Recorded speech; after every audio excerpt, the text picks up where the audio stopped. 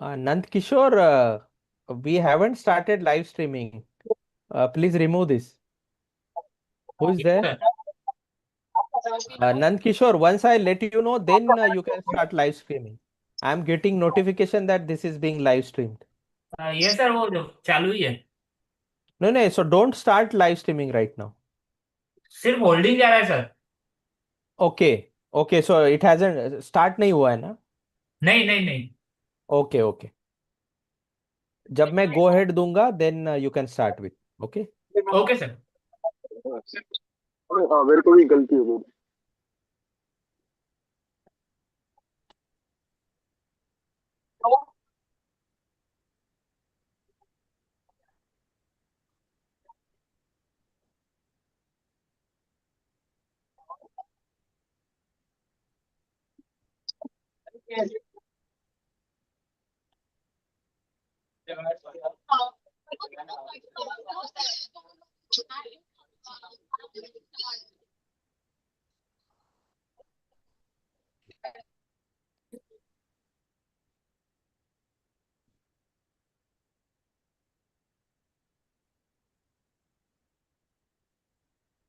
Abhishek ji, it's 8 o'clock. Dr. Harshal Pamecha sir is joining.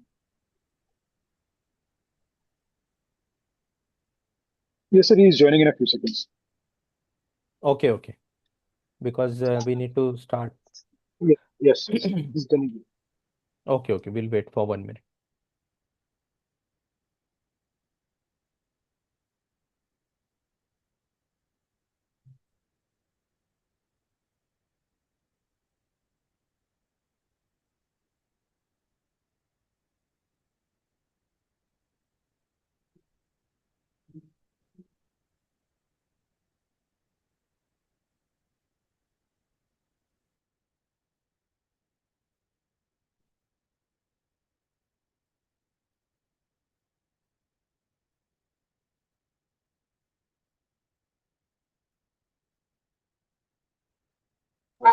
Dr. Rishikesh, I think we can start because it's 8:01, and then Dr. Pavicha will be joining in a second, so we will accommodate him. Yeah, fine, fine.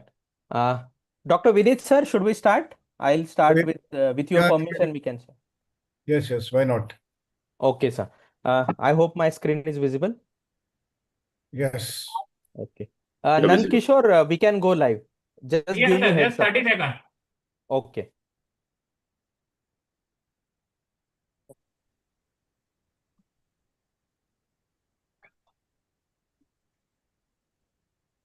Real life.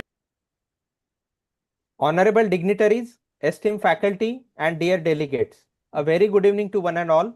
I, Dr. Rishikesh, feel privileged to welcome you all on the behalf of the entire team at MKO Pharmaceuticals. We at MKO are proud to present Cardio Colloquium, our highly acknowledged scientific program dedicated to explore the multifaceted landscape of cardiology. This program serves as a bridge between knowledge and practical application, aimed at equipping us with the tools needed to enhance the lives of those affected with the cardiac diseases. I take this opportunity to extend a warm welcome to our respected moderator, Dr. Vinit Jain sir.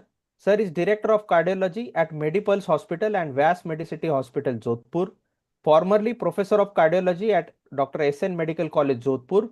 Sir was pioneer in setting up interventional cardiology and DM course at Dr. SN Medical College, Jodhpur. Sir has performed more than 20,000 angiographies, 5,000 angioplasties and 500 pacemaker implantations independently, and he has also worked in the implantation of AICD and CRT devices independently. Sir has international fellowship to his credit, Fellow of Society of Cardiovascular Angiography and Interventions and Fellow of European Society of Cardiology. Sir is also recipient of Veer Durgadas Rathod Award for Excellence in Healthcare Service in 2009. Sir has participated as moderator and chairperson in many national and international conferences in interventional cardiology. His specific areas of interest are complex coronary interventions, including left main PCI, bifurcation PCI, and CTO. Thank you, sir, for joining today.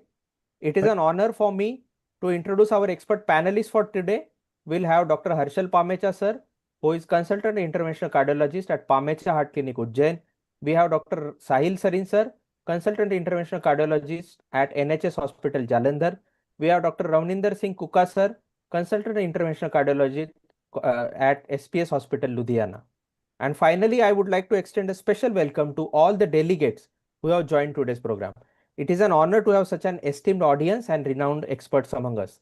Let me brief you all on the meeting agenda for today. We'll kickstart the program with the session on optimal selection of RASI in post-MI patients by our moderator, Dr. Vinit Jain sir. The meeting will proceed further with the panel discussion where Dr. Vinit Jain sir will drive the discussion.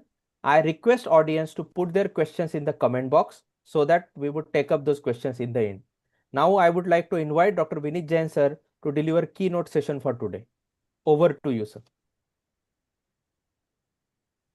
Thank you, Dr. Rishikesh, for that kind introduction. And I welcome you all on this session of RAS inhibitors. And as you know, renin-angiotensin inhibitors, previously ramipril or ACE inhibitors were considered to be the gold standard of treatment in heart failure. Nowadays, ARNI has taken over, and we'll be discussing about the evidence of using both ACE inhibitors and ARNI and also ARBs with the special reference to acute MI. So that will be the topic of discussion today.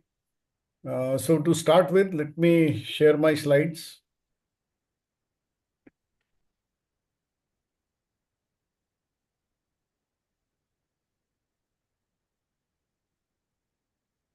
Yes, can you see the slides? Yes, sir. Slides are visible? Yes, sir. Okay.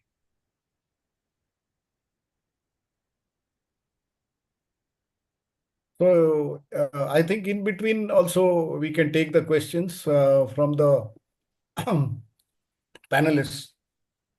So RAS inhibitors in acute MI from SAVE to Paradise MI. Do we have the verdict? This is the topic of today.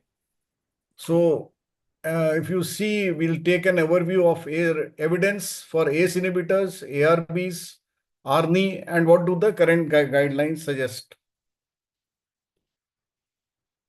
So post-MI ACE inhibitors, there are two categories of trials. Number one, selective trials like SAVE trial. All of us know ARID trial and TRACE trial. All these were patients were on ACE inhibitors in acute MI, and some other trials like Consensus 2, GC3, and ISIS-4 in which the ACE inhibitors were used. So these are all ACE inhibitors post-MI trials. Let us all discuss them one by one. So coming to the SAVE trial, carried out in 1987 to 1990 using captopril 50 milligram TDS, 2,200 patients, 3 to 16 days after MI, EF less than 40%, and follow-up was around 42 months. Then the ARID trial, which used ramipril in a dose of 5 milligram BD, that is the standard dose. 10, at least you have to give 10 milligram of ramipril for the benefits to be there. Almost 2006 patients, 3 to 10 days after MI. And again, patients had evidence of heart failure. And the third was TRACE trial using Trandolapril, no longer used now, 4 milligram OD, 17,000, almost 1,750 patients, 3 to 7 days after MI, and with ejection fraction less than 35%. So what are let us discuss these trials one by one. So number one was the SAVE trial. MI setting, MI with LV of less than 40%, randomized between 3 to 16 days, and captopril 50 milligram TDS versus placebo, follow-up 2 to 5 years, and captopril group showed 19% reduction in mortality and 25% reduction in recurrent MI. The cavity dilatation was reduced. These benefits occurred equally in patients who received lysis plus beta blockers and those who did not. So that means the captopril showed a 19% reduction in mortality, 25. These benefits were there in all the patients. You can see the graph, the captopril showing a survival benefit. So that was the SAVE trial. Then the array trial 1993 in acute infarction using ramipril 5 milligram BID. Patients of acute MI with transient or persistent heart failure randomized between 3 to 10 days. Follow-up 15 months. Result, ramipril group showed 27% reduction in mortality and 19% reduction in the rate of MI and stroke. This was the result. Again, ramipril showed a benefit. Then the third trial was, this is the array extension study. Again, this was a subset of array study, 603 patients who participated in array study. This was a long follow-up, 42 months to 59 months. And beneficial, and they found that beneficial effects of ramipril started early after MI with heart failure, which are sustained over 3 to 4 years, despite discontinuation of the medicine at 1 year. So this was the array study. Then the TRACE study, Trendolapril cardiac evaluation study, which used again another ACE inhibitor, Trendolapril, 1 milligram per day to a maximum dose of 4 milligram. Patients with acute MI between the ACE inhibitor started between 3 to 7 days. Follow-up was 24 to 50 months, 25% reduction in mortality, 15% reduction in recurrent MI, and 20% reduction in SCD. So these were the result. Then there were other studies like ISIS-4, all of us know, were around 58,000 all patients. Captopril was effective in reducing 5-week mortality. GC3, almost 19,000 patients, 18,895 patients using lisinopril and also nitrates, and lisinopril was found to be effective in reducing mortality and severe ventricular dysfunction. And CCS1 was the Chinese cardiac study with almost 15,000 patients with anterior infarction using captopril, and which captopril was found to be associated with lower mortality. So these are the other trials which we will discuss. The GC3 study, 18,895 patients of acute MI, and lisinopril, the groups were lisinopril, nitrates, and lisinopril plus nitrates. And as you see on the left side, the lisinopril showed a better survival benefit. It was started within 24 hours and produced significant reduction in mortality, and the combined outcome measure of mortality and severe LV dysfunction. Whereas in this study only, it was found that nitrates, although they reduced the symptoms, but there was no significant reduction in the overall mortality with nitrates. Then ISIS-4, then the ISIS-4 study, 58,000 patients within 24 hours of symptoms of acute MI, and no clear indications or contraindications to any one of these study treatments. Captopril showed small but significant reduction in mortality at 5 weeks. That means 7% odd reduction in mortality. Absolute difference of almost 5 deaths, fewer deaths per 1,000 patients treated with captopril for 1 month. No nitrate or magnesium benefit. This was the ISIS-4. All these studies had a large number of patients, almost 58,000 patients. You can see captopril showed benefit as compared to placebo. Then the Chinese cardiac study, 15,000 patients started on captopril less than 36 hours after suspected or definite MI, and anterior wall infarction of captopril with treated group was found to have lower mortality, that is 8.6% versus 10.2%. The ACE inhibitor therapy started in early acute MI prevents about 6 deaths per 1,000 treated and about 15 deaths due to heart failure per 1,000 in the first 4 weeks with greater benefits.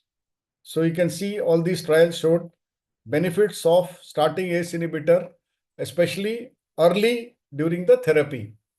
Now, the question is, will you start ACE inhibitor to all patients with ACS, whether revascularization procedure was performed or not, to get the mortality benefits? My question goes to Dr. Sahil.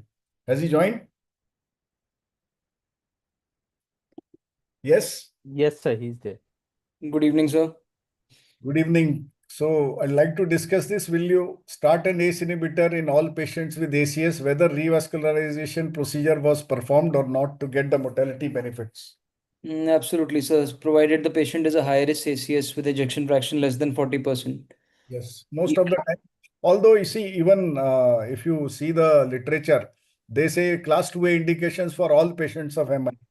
All patients of MI, you can give ACE inhibitors within 24 hours. That is a class 2. LVF less than 40% is class 1 indication. So I think Absolutely. you can start the ACE inhibitor. As early as the SAVE trial also have shown ventricular dilatation being reduced with the ACE inhibitors. And probably it is one of the first LV remodeling drugs to be started. Even theta blockers probably need to be started 24 hours, provided there are the indications 24 hours post MI. This might be the first class I would resort to after an ACS. Thank you. Thank you, Dr. Sahil. So we go on to the next next next we talk about the ARBs. So what is the evidence regarding the ARBs? So there are two trials here. I'll discuss the optimal trial and the Valiant trial. The optimal trial rather had around 5,500 patients of acute MI with anterior Q or heart failure or LVF less than 35% with end diastolic dimension of more than 65 millimeter. All the patients were post-MI. Losartan was used, and losartan did not show any significant benefit at 32 months. Then the Valiant trial, 9,800 patients of acute MI, LVF less than 40%. Again, post-MI patients with valsartan was used, but no difference was found at 24.7 months.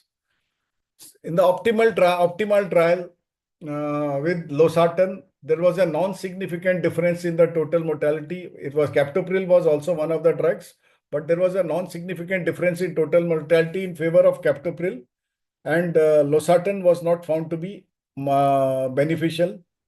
ACE inhibitors should always remain the first choice of treatment in patients after complicated MI.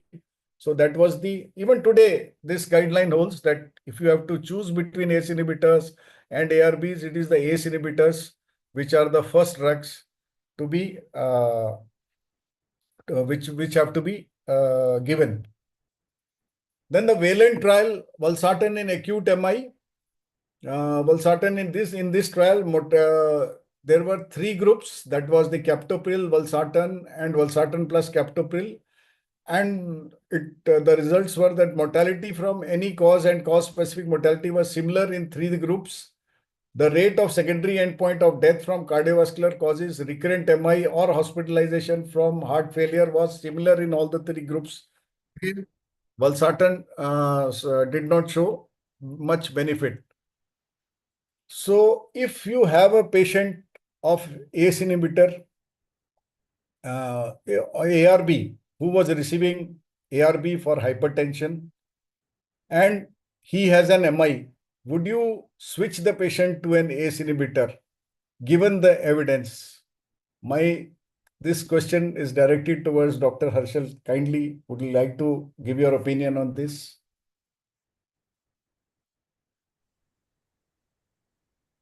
Dr. Harshal, please.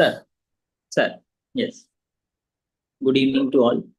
So switching to ACE inhibitor, if the patient was on already ARB, if the hypertension control, I feel if the hypertensive control is better with the ARB and the patient has developed an MI, so I would still like to keep him on same ARB only, provided if the pressure controls are similar now.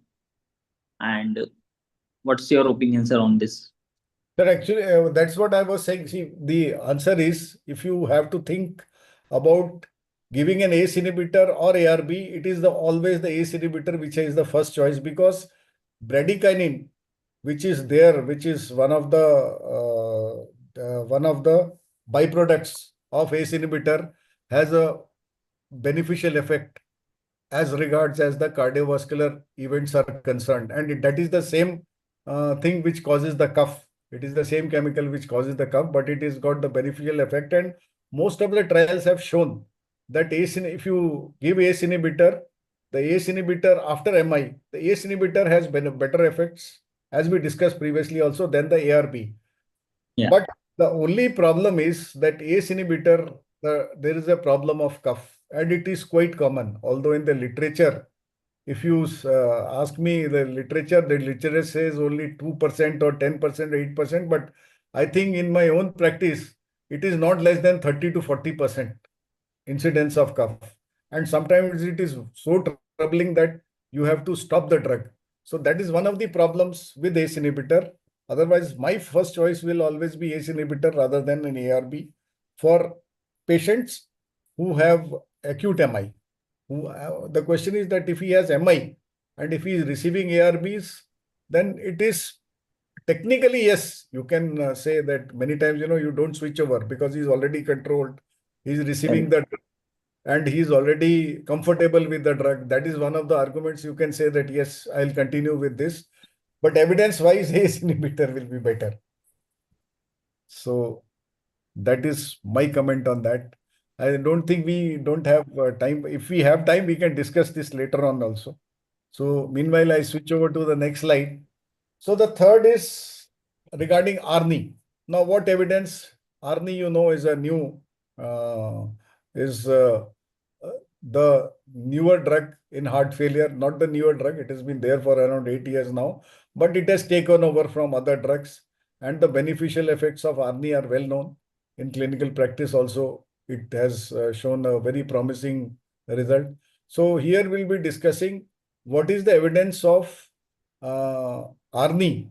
If you compare ARNI with the ACE inhibitor, then is ARNI beneficial or is the result almost the same? So that we'll be discussing in the next few slides. So this is the Paradise MI trial published in NEJM, and this was to compare ARNI following acute MI with ACE inhibitor. So acute, almost 5,669 patients of acute MI ranging from 1 to 7 days, 0.5 to 7 days with LV of less than 40% or pulmonary congestion with any risk enhancer like age more than 70 years, EGFR less than 60, diabetes, prior MI, atrial fibrillation, LVEF less than 30%. All these were the risk enhancers. One of the risk enhancers which because of which the patients were included, KILIP class 3 and STEMI without reperfusion. Major exclusions, prior heart failure, clinical instability, EGFR less than 30. Patients were randomized to sacubitril valsartan, almost 2,830 patients, and ramipril 5 milligram BD, 2,831 patients. It was a double-blind, active controlled study. And the primary endpoint was median follow-up almost 2 years. Primary endpoint CV death, heart failure hospitalization, outpatient development of heart failure. And secondary endpoint was CV death or first heart failure hospitalization. These were the endpoints. And as you can see, 5,669 patients from 495 sites in 41 countries. And they were well matched. Both the groups were well matched as regards the character was concerned. And here are the results. You can see CV primary outcome. If you see the CV death, first heart failure hospitalization or outpatient heart failure, sacubitril valsartan showed lesser amounts of events, whereas ramipril 373 events, sacubitril valsartan 338 events. But the difference was not statistically significant. Although there was slight benefit with sacubitril valsartan, it was not statistically significant. So based upon the primary outcome results, this will come later. Then the other, there were other. Let us discuss this trial more. That these are the CEC educated primary outcomes. You can see sacubitril valsartan 3 event rate 338, ramipril 373, not statistically significant. Patients with CV death 168 with sacubitril valsartan. Again, sacubitril valsartan was slightly better. Ramipril 191, p value not significant. Same was with heart failure hospitalization and outpatient heart failure. When you see the investigator reported primary outcome, sacubitril/valsartan 443 as compared to 516 with ramipril. Again, not statistically significant. The same thing with CV death, heart failure hospitalization, outpatient heart failure. The sacubitril/valsartan was slightly better as far as the event rate was concerned. 155 CV deaths as compared to 179 with ramipril. Heart failure hospitalization also 252 compared to 285 with ramipril. But again, this difference was not statistically significant. Coming to the secondary endpoints, again, sacubitril/valsartan slightly better, but again, not statistically significant. The difference was not statistically significant. When you compared the side effects, the hypotension was more common with sacubitril/valsartan, whereas cough was more common with ramipril. If because of cough, more patients on ramipril, that is 2.3% had to discontinue the drug, whereas the incidence of cough was 1.2% with sacubitril/valsartan, where hypotension was more common with sacubitril/valsartan that we see in clinical practice also as compared to ramipril. So sacubitril/valsartan patients had to be discontinued, had to discontinue treatment because of hypotension in some cases, in some incidents, but as far as ramipril was concerned, it was better tolerated. So all deaths, again, sacubitril/valsartan was slightly better, but the difference was not statistically significant.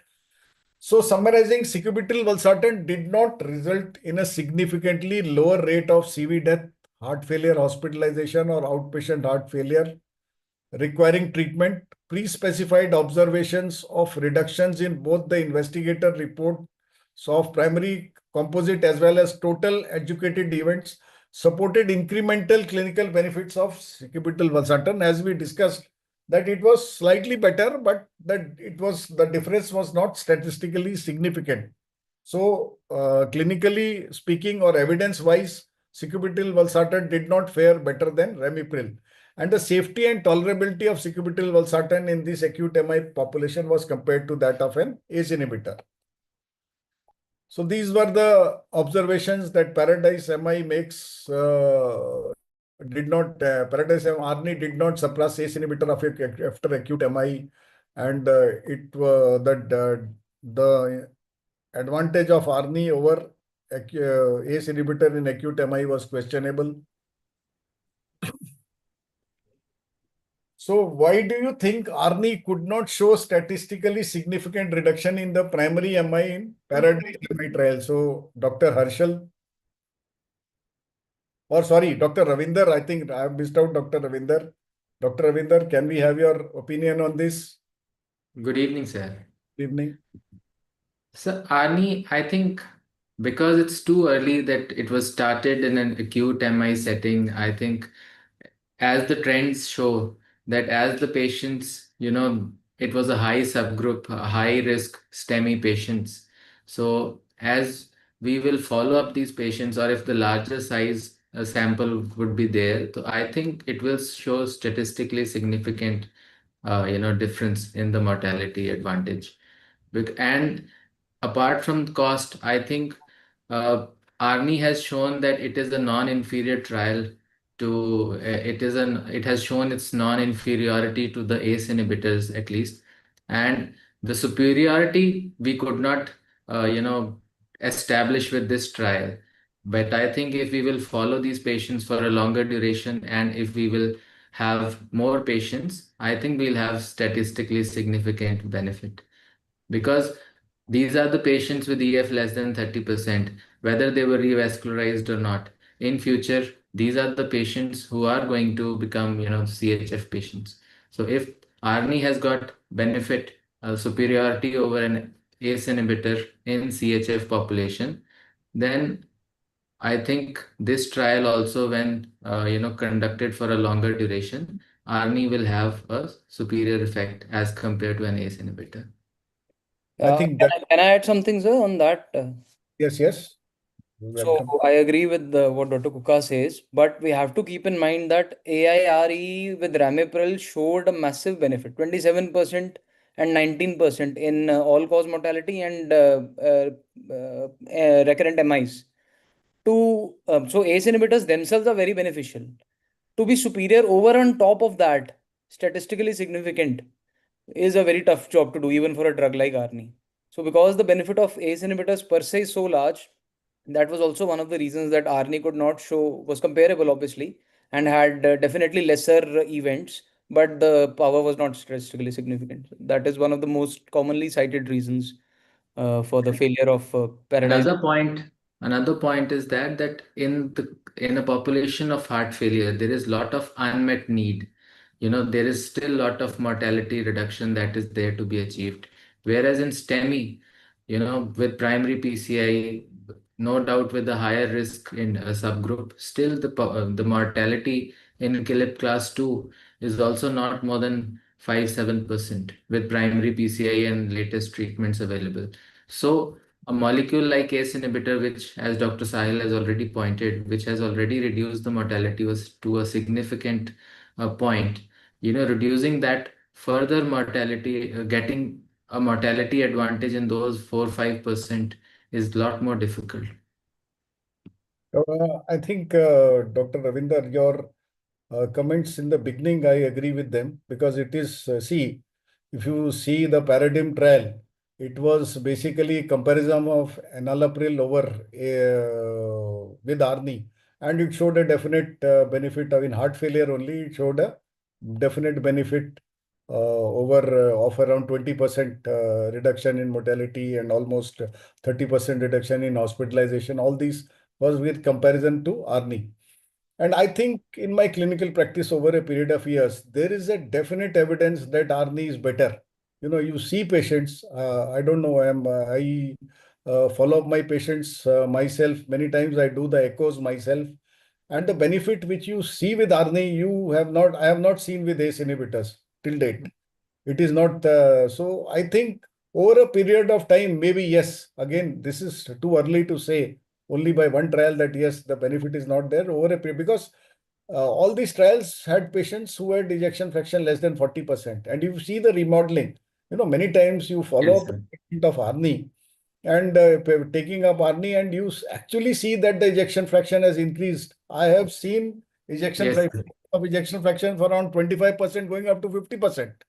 55% practically. And many times, even if the ejection fraction does not increase, when at least the end diastole, you see the size of the ventricle going down, you see the contractility better. That effect I have not seen with ACE inhibitors, frankly speaking. So this is a recent occurrence in the last 10 or 7-8 years. We have routinely now we come across patients where the EF has significantly improved, and that Yes. is due to ARNI. Previously, it used to be a rare occurrence, and that too in cases like myocarditis or postpartum cardiomyopathies. But now it is the usual, every week you see a patient of heart failure who was on ARNI for 6-7 months, and you see that the latest echo is showing remarkable improvement. Yeah. In fact, the term heart failure with improved ejection fraction has come into being after introduction of ARNIs. So that is so I think maybe it is too early to conclude anything. But yes, till date, there is no till date. If you ask me, then it has not shown superior benefit over ACE inhibitor. So let's proceed with the next slide. Just let me go with the next slide.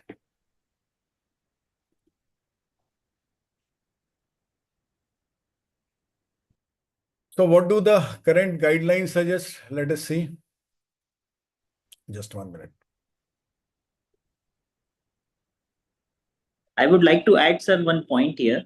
Like it's sometimes, most of the times, not the ejection fraction only that matters. Sometimes it's the hospitalizations and the patient symptoms of even on ARNI that reduces a lot.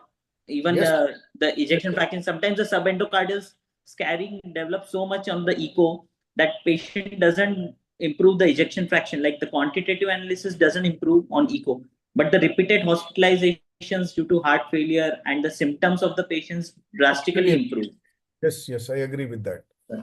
So talking about post-STEMI 2017 ESC guidelines and ACC AHA 2013 guidelines, as I said, ACE inhibitor for STEMI with anterior infarction, EF less than 40%, class 1A indication, with patients with early heart failure, diabetes, hypertension. ARBs again for EF less than ARB class 1B, 1B class 1B for EF less than 40%, early heart failure, diabetes, hypertension. And as I discussed, that ACE inhibitor for all STEMI patients within 24 hours unless contraindicated. This is class 2A indication. Then 2020 ESC guidelines say that ACE inhibitors or ARBs in case of intolerance to ACE inhibitors are recommended in patients with heart failure with reduced ejection fraction, that is less than 40%, diabetes or CKD unless contraindicated. Contraindication means either a patient has severe renal impairment or hyperkalemia in order to reduce all-cause and cardiovascular mortality and morbidity. Then post-MI, what are the post-MI therapies which we can use and which are beneficial? Early initiation of ACE inhibitor within first 24 hours. If you can initiate within first 24 hours, 40% of survival benefit is there if the ACE inhibitor is conferred in the first day. It is also critical to titrate the dosage of medication, including ACE inhibitors and beta blockers, to optimal levels in the post-discharge time. And avoid beta blockers first 24 hours for ongoing heart failure. And also early ACE inhibitor therapy and early beta blocker as far as possible. Nowadays, the concept is that even in heart failure, you start the drugs, all the 4 drugs, as early as possible and titrate to the maximum tolerated dose. Then only you will get the complete benefit. Then again, if you see this beta blockers, if you use within 24 hours, you should not give beta blocker if the patient is in high risk for cardiogenic shock or systolic blood pressure is less than 120 or less than 120, sinus tachycardia, heart rate less than 60. ACE inhibitor should be administered within first 24 hours for heart failure patients. EF less than 40, heart failure patients or EF less than 40. Significant survival benefit is conferred on the first day of treatment, and early initiation is important. ARBs are indicated for patients intolerant to ACE inhibitors. Now, will there be a change in the new guidelines post the Paradise MI result for post-MI patients? I think this we have already discussed that till date, the guidelines say that there is not much evidence for ACE inhibitors. Maybe something new will come up in the next few days. These things we have discussed. Now, the question to Dr. Sahil again comes back to Sahil. In the post-MI patient, post-revascularization, at what systolic BP do you initiate ACE therapy? What is the starting dose you recommend? And how do you up-titrate the dose? So, Dr. Sahil, please. So, sir, in post-MI patient, post-revascularization, if I'm sure that it's a TIMI-3 flow and the target vessels are well perfused, the end target vessels, even in systolic blood pressure as high as more than 90 mmHg, provided the urine output tends to remain normal, I tend to initiate a low dose of ACE inhibitor therapy because the benefit is so much. Usually, I start with a Cardase, say, a 2.5 mg OD. In some cases, I've given 1.25 mg OD also, but that is not very well validated. In Indian patients, practically, you have to sometimes give 1.25 OD for the sake of starting all 4 pillars of heart failure post-MI. And I titrate the dose very quickly. In every 2 weeks, I tend to up-titrate, provided the electrolytes and the blood pressure is normal. Okay, great. Thank you, Dr. Sahil. Then, again, a point of discussion is: do you think that the beneficial effects of ACE inhibitor in acute MI is a class effect, or different ACE inhibitors behave differently? There is a again, different ACE inhibitors have different, although it is a class effect, but some ACE inhibitor score over the others, like Ramipril. There was a study with Ramipril over other ACE inhibitors post MI, and this study analysis at 7,512 patients with ACE inhibitors, 34% using enalapril, 29% fosinopril, 12% ramipril, 6% captopril, and quinapril 4%, and perindopril 3%. And observation was reduction of mortality with all ACE inhibitors, and this was the result. You can see on the extreme left, the green bar, this is showing ramipril. It showed the maximum survival benefit after 1 year. Then came perindopril, ramipril. So ramipril and perindopril were the two drugs which showed the maximum benefit amongst ACE inhibitor, followed by lisinopril, enalapril, and captopril. So again, the thing is that it is again, although it is a class effect, but again, ramipril, the ramipril showed the maximum benefit. So post revascularization, if you find LV systolic dysfunction, EF less than 40%, but without clinical heart failure in your patient, would you put your patient on ACE or ARNI? Well, the answer is you can give either, because no drug has been found to be superior over the other, either ACE inhibitor or ARNI. That is the answer. Then, as far as cough was concerned, I think we have discussed regarding the cough that cough is much more common with ACE inhibitors than with ARNI. Similarly, hypotension is more common with ARNI than with ACE inhibitor. So finally, coming to the conclusion, final conclusion, that in post-MI patients with LV dysfunction,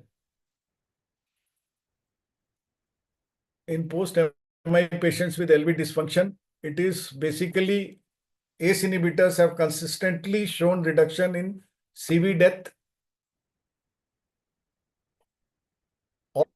all-cause mortality, and in this scenario, ACE inhibitors seem to have a class effect. However, there is data to suggest that ramipril may be a preferred ACE inhibitor in elderly.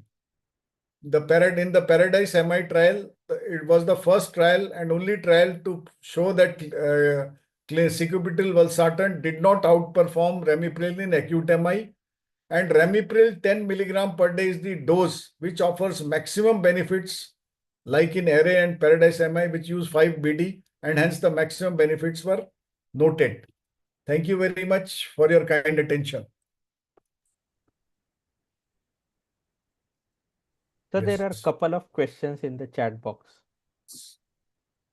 If you can click on the chat section at the bottom. Just let me see. Yeah. So in Indian hypertensive with multiple comorbidities, how do you stratify risk to decide between initiating therapy with ACE inhibitors versus an ARB? Indian hypertension patient, see, again, the answer is, if you ask me technically, again, ACE inhibitor scores, whether if there is a comorbidity, especially heart failure, or patient has acute MI, or he has CVD, it is ACE inhibitor which is found to have better effects. But the problem, as I said, was the cough part.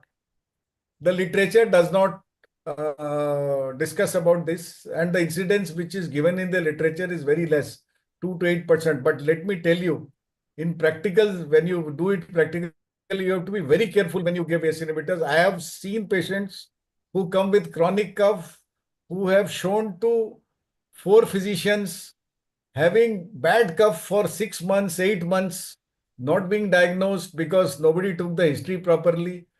having taken so many antibiotics, and you just see that the patient is on ACE inhibitor, stop the ACE inhibitor, and the patient is all right in 15 days. That is one of the, otherwise, definitely ACE inhibitor scores over ARBs. Then the second question is, do you believe current hypertension guidelines sufficiently differentiate between ACE inhibitor and high-risk group? Again, the same thing. It's the same thing. That if you see high-risk patients, it is ACE inhibitor, which scores over ARBs. But ARBs, the benefit is that the incidence of cough is very, very less, and the patient tolerates it better. That is the advantage with ARB. There is one more question. How do you tailor RASI therapy in Indian patients with overlapping comorbidities like metabolic syndrome, early nephropathy, and LVH? Do you see a role for one class over the other in targeting organ protection? 1 minute. I am not able to. Yeah. How do you tailor RAS therapy Indian patients with overlapping comorbidities like metabolic syndrome, early nephropathy, and LVH? Do you see a role for one class over other in targeting organ protection? Patients with overlapping See, again, the answer to the question is, again, it is ACE inhibitor which scores over ARB, but I can't get the question. How do you tailor? Means you have to start with the low dose and go up to the maximum dose, maximum tolerated dose. And that A is role how. of one class over the other. That is you mean to say. In targeting organ protection. RAS inhibitors, one class over the other, it is the most of the time it is the ACE inhibitor which scores, whether it is early nephropathy or proteinuria, you have evidence of ACE inhibitors scoring over ARBs. Although in nephropathy, ARBs also have a role. ARBs are also found to be beneficial in reducing proteinuria, reversing nephropathy, and you can give ARBs in nephropathy. Whereas in as far as LVH is concerned, lot of evidence with ACE inhibitors because of antifibrosis and other effects of ACE inhibitor, it has better effects. And I think the panelists can add to this. Yes, Dr. Kuka, would you like to add something, or Dr. Sail? I think, sir, the benefit of ACE inhibitors is widespread. And those risks is the comorbidities. And the biggest point in India I would like to add is that the most commonly used ARB is telmisartan. So, which has not been studied in mortality advantage or the various trials in heart failure or even in MI subgroup. So, whereas the ACE inhibitors such as ramipril or enalapril, they have got so much robust data in heart failure mortality advantage as well as in acute MI settings also. Whereas in India, 90% of the patients are on telmisartan. The ARB of choice of India is telmisartan. Very few subset of patients are on valsartan or losartan. So, and the data in heart failure and acute MI is not there in this molecule. So I think ACE inhibitor is the go-to molecule when you're comparing it with an ARB in heart failure as well as acute MI setting. Thank you. Right. ACE inhibitor, heart failure, of course, ARNI is the first choice now. ACE inhibitor, I think, has been relegated to a second place. If a Yes, heart sir. failure comes, Definitely. HFrEF, I'm talking of HFrEF, not HFpEF. HFrEF, ARNI is the drug of choice, whereas maybe in the future, you may have some more evidence, but till date, yes. And ACE inhibitor, otherwise, you use ACE inhibitor as the first drug. And ARBs, most of the time you see the guidelines, ARBs are to be given if the ACE inhibitor is not tolerated. And that is almost 30 to 50% of the patients don't tolerate. 30% at least, I'll say, will not tolerate ACE inhibitor. You have to shift to ARBs.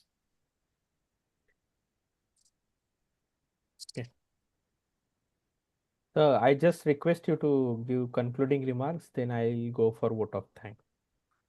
So I think the we had a lively discussion regarding ACE inhibitor, regarding evidence. I think it was required also that ACE inhibitor, if you regarding the current evidence, what do you use if you have a post-MI patient with LVEF less than 40% or with heart failure? And with so much evidence coming in favor of ARNI, do we have evidence to say that ARNI is better than ACE inhibitor in post-MI patients with heart failure? Till date, no. Whatever one trial, that is a negative trial, yes. But maybe as we discussed that in future, maybe something more may come up, but till date, you can give either of the two. I'll say either of the two because ARNI also you can use because it is definitely with the data, it has shown some benefit, some slight benefit, although it was not statistically significant.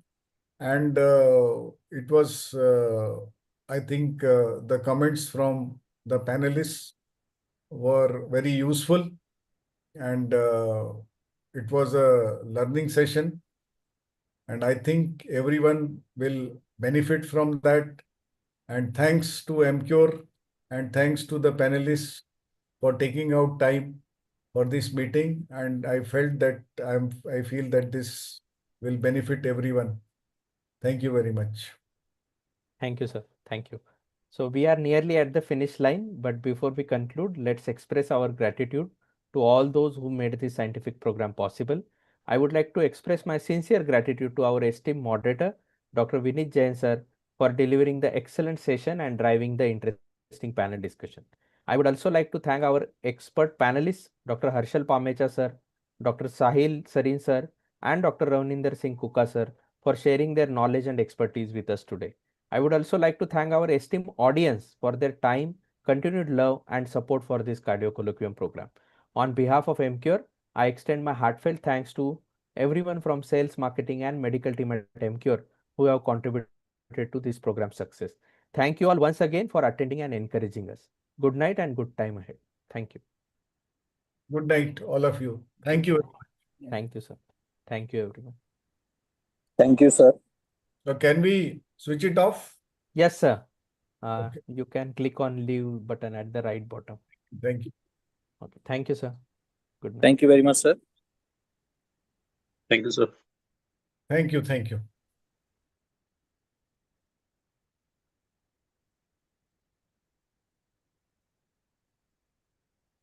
Thank you all. You can leave.